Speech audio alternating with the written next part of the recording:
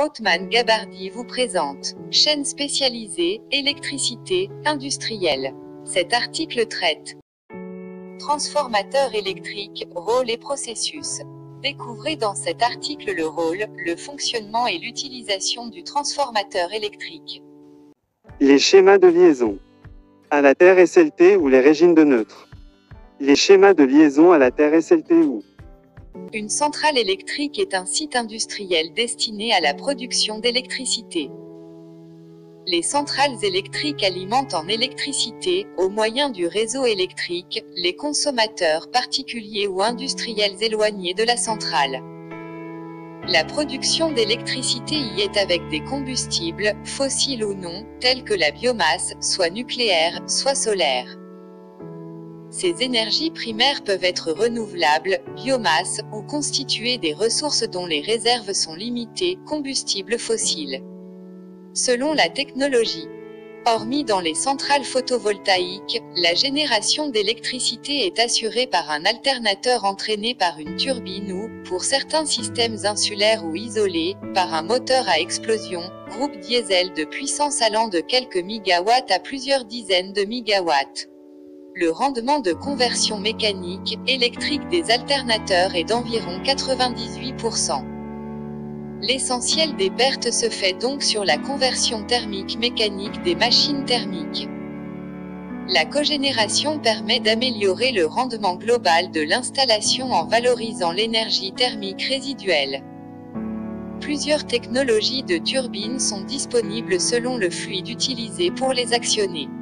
Turbine à vapeur. Turbine à combustion, communément, mais improprement appelée turbine à gaz. Turbine hydraulique, éolienne. Selon l'énergie primaire modifiée, on distingue parmi les énergies primaires converties en énergie électrique dans les centrales électriques, celles dites renouvelables, biomasse, solaire, hydraulique et éolienne, et celles d'origine fossile ou nucléaire. Les combustibles fossilés sont, encore aujourd'hui, les énergies primaires les plus utilisées dans le monde pour la génération d'électricité.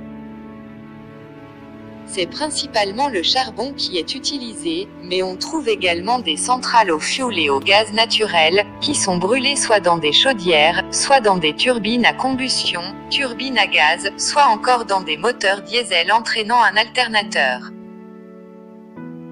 Les autres combustibles la biomasse et les déchets, ordures ménagères, peuvent être brûlés dans des chaudières spécifiques, mais ces combustibles sont plutôt utilisés dans des réseaux de chaleur.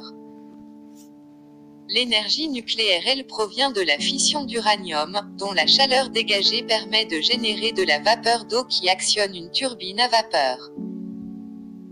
L'énergie géothermique, cette chaleur provient des profondeurs de la Terre ou de certains sites tels qu'en Islande. L'énergie solaire, elle, est utilisée soit dans des centrales thermodynamiques, où la vapeur d'eau destinée à être turbinée est produite dans des chaudières solaires, soit dans des centrales photovoltaïques constituées d'une multitude de panneaux. L'énergie hydraulique dans les centrales hydroélectriques, la force du courant des rivières, centrales au fil de l'eau, de la chute d'eau, barrages, conduites forcées, ou des marées, usines marémotrices, est utilisée pour actionner la turbine entraînant l'alternateur. L'énergie éolienne, la force du vent permet d'entraîner directement un alternateur. Le transformateur électrique a plusieurs fonctions, il permet d'abaisser ou augmenter la tension du courant électrique qui traverse le réseau.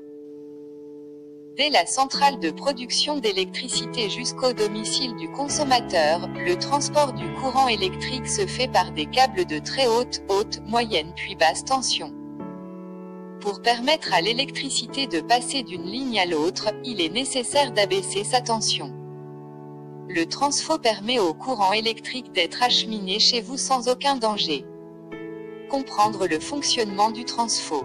Le transformateur, intégré dans un poste électrique, est composé d'un noyau de fer et de deux bobines de cuivre. Le courant passe dans la bobine primaire puis dans la bobine secondaire, qui contient moins de spire, ce qui permet d'en diminuer la tension. Le transformateur monophasé est composé d'un noyau et deux bobines, tandis que le transformateur triphasé comporte 3 noyaux et 6 bobines. Le transformateur électrique, point clé du réseau de distribution d'électricité.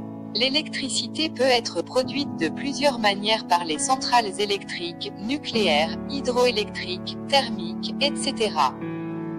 Si l'on prend l'exemple du nucléaire, le voltage du courant produit est de 20 000 volts. Pour être injecté dans une ligne à très haute tension, sa tension doit être augmentée à 400 000 volts. C'est grâce au transformateur que l'électricité pourra passer de l'un à l'autre puis circuler dans le câble en grande quantité et sans aucune perte. Il pourra ensuite être transporté sur une ligne à haute tension après avoir été transformé à nouveau en 225 000 volts. Mais les consommateurs ne peuvent pas utiliser un courant électrique à haute tension, ils ont besoin d'électricité à moyenne et basse tension. Le rôle des transformateurs est de contrôler l'énergie en la transformant en courant à moyenne ou basse tension pour le réseau de distribution. Quelles conséquences pour l'utilisateur ?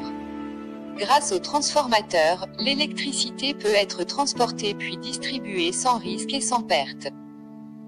Mais le transformateur sert aussi aux particuliers qui disposent d'appareils de faible voltage. Ainsi, un transformateur 220 volts 12 volts permettra de brancher un appareil 12 volts sur le courant 220 volts. L'électricité passe en 220 volts dans le fil depuis la prise jusqu'au transformateur, où sa tension est abaissée à 12 volts, puis il repart jusqu'à l'appareil, qu'il fait fonctionner sans l'abîmer. Et ne perdons pas de vue qu'avant d'entrer chez vous en 220 volts, ce courant électrique est passé par des tensions beaucoup plus élevées, que n'aurait supporté aucun de vos appareils électriques. Les schémas de liaison. À la Terre SLT ou les régimes de neutre. Les schémas de liaison à la Terre SLT ou. Les régimes du neutre ont pour objectif d'assurer la protection des biens et des personnes contre les défauts d'isolement. Ils constituent une boucle appelée boucle de défaut permettant l'écoulement des courants de défaut et ainsi solliciter les dispositifs de protection par coupure automatique. Tout cela, en vue d'éviter les risques d'électrisation, voire d'électrocution, liés à l'article danger de l'électricité et prévention. Anciennement dénommé régime de neutre. Voici une brève présentation des 3 schémas de liaison à la Terre utilisés en distribution basse tension. Le conducteur neutre et les masses métalliques. Chaque schéma se différencie par le mode de connexion du neutre de la source d'alimentation par rapport à la Terre, ainsi que la manière dont on met à la Terre les masses métalliques de l'installation. Pour résumer simplement, le mode de liaison à la Terre de ces 2 éléments va conditionner des paramètres liés à la sécurité des personnes et du matériel. Petit rappel, le conducteur neutre n'est rien d'autre qu'un fil issu du point neutre d'une source d'alimentation.